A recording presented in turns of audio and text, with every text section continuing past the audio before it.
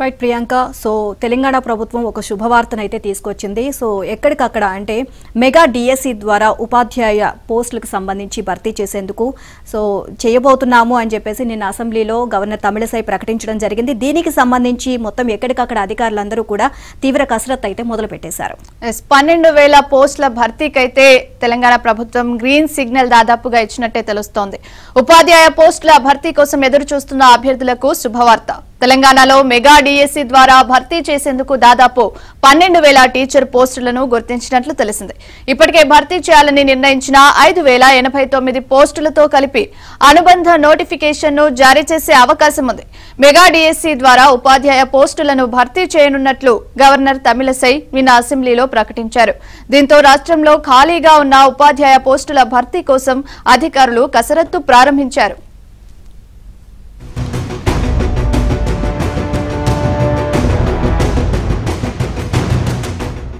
రాష్ట్రం ఏర్పడిన తర్వాత తొలిసారిగా 2017లో 13,500 ఉపాధ్యాయ పోస్టుల భర్తీకి నోటిఫికేషన్ జారీ చేశారు ఆ తర్వాత మళ్లీ 2 నెలల క్రితం బీఆర్ఎస్ ప్రభుత్వం 6,612 టీచర్ పోస్టులను భర్తీ చేయాలని నిర్ణయించింది ఈ పోస్టులో పాఠశాల విద్యలో 5,089 ప్రత్యేక ఉపాధ్యాయ పోస్టులు మరో 1,523 ఉన్నట్లు ప్రకటించారు వీటిని డిస్ట్రిక్ట్ సెలక్షన్ కమిటీ ద్వారా నిర్వహించాలి అని నిర్ణయించారు కలెక్టర్లు నోటిఫికేషన్ కూడా జారీ చేశారు 5,089 పోస్టుల భర్తీకి నోటిఫికేషన్ జారీ చేశారు మొత్తం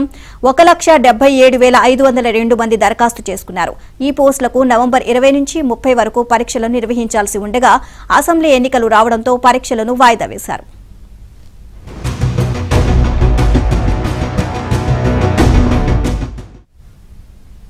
తాజాగా రాష్ట్రంలో కాంగ్రెస్ ప్రభుత్వం ఏర్పడడంతో అదనపు పోస్టులను జతచేసి మెగా డిఎస్సిని నిర్వహించాలని నిర్ణయించింది ఇప్పటికే నోటిఫికేషన్లో పేర్కొన్న 5,089 పోస్టులకు అదనంగా మరో 4,281 ఖాళీలను గుర్తించారు వీటితో పాటు గతంలో ప్రకటించిన 1,523 స్పెషల్ పోస్టులను కూడా భర్తీ చేయాల్సి ఉంటుంది వీటితో పాటు మోడల్ స్కూళ్లలో మరో 1000 పోస్టులు ఖాళీగా ఉన్నట్లు గుర్తించారు పదోన్నతుల కారణంగా మరో 400 పోస్టులు ఖాళీ అయ్యాయి ఇలా మొత్తం 12,000 పోస్టులకు పైగా భర్తీ చేయాల్సి ఉంది ఇందుకోసం అనుబంధ నోటిఫికేషన్ జారీ చేసే అవకాశం ఉంది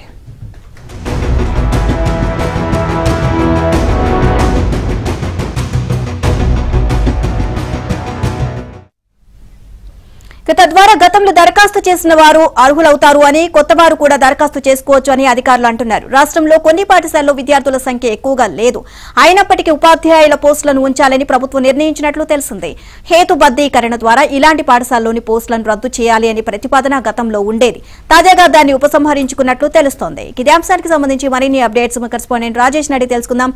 రాజేష్ మెగా డిఎస్సి ద్వారా అధిక మొత్తంలో ఉపాధ్యాయ పోస్టులను భర్తీ చేయనున్నట్లుగా తెలుస్తోంది అప్డేట్స్ ఏంటి గుడ్ మార్నింగ్ మొత్తానికి తెలంగాణలో కాంగ్రెస్ ప్రభుత్వం అధికారంలోకి వచ్చిన తర్వాత ఒక్కొక్క రంగంలో ఒక్కో రకమైన మార్పు తీసుకొస్తూ ముందుకెళ్తున్న పరిస్థితి కనిపిస్తుంది ఎన్నికల మేనిఫెస్టోలో జాబ్ క్యాలెండర్ ద్వారా రాబోయే రోజుల్లో ఉద్యోగ నియామకాలు చేపడతామని చెప్పినటువంటి రాష్ట్ర ప్రభుత్వం రీసెంట్ గానే టీఎస్పీఎస్సీతో పాటు ఈ 10th ఇంటర్ విద్యా ఉన్నతాధికారుల సమావేశం ఏర్పాటు చేశారు సచివాలయంలో ముఖ్యమంత్రి రేవంత్ రెడ్డి అంటే కొత్తగా వచ్చినటువంటి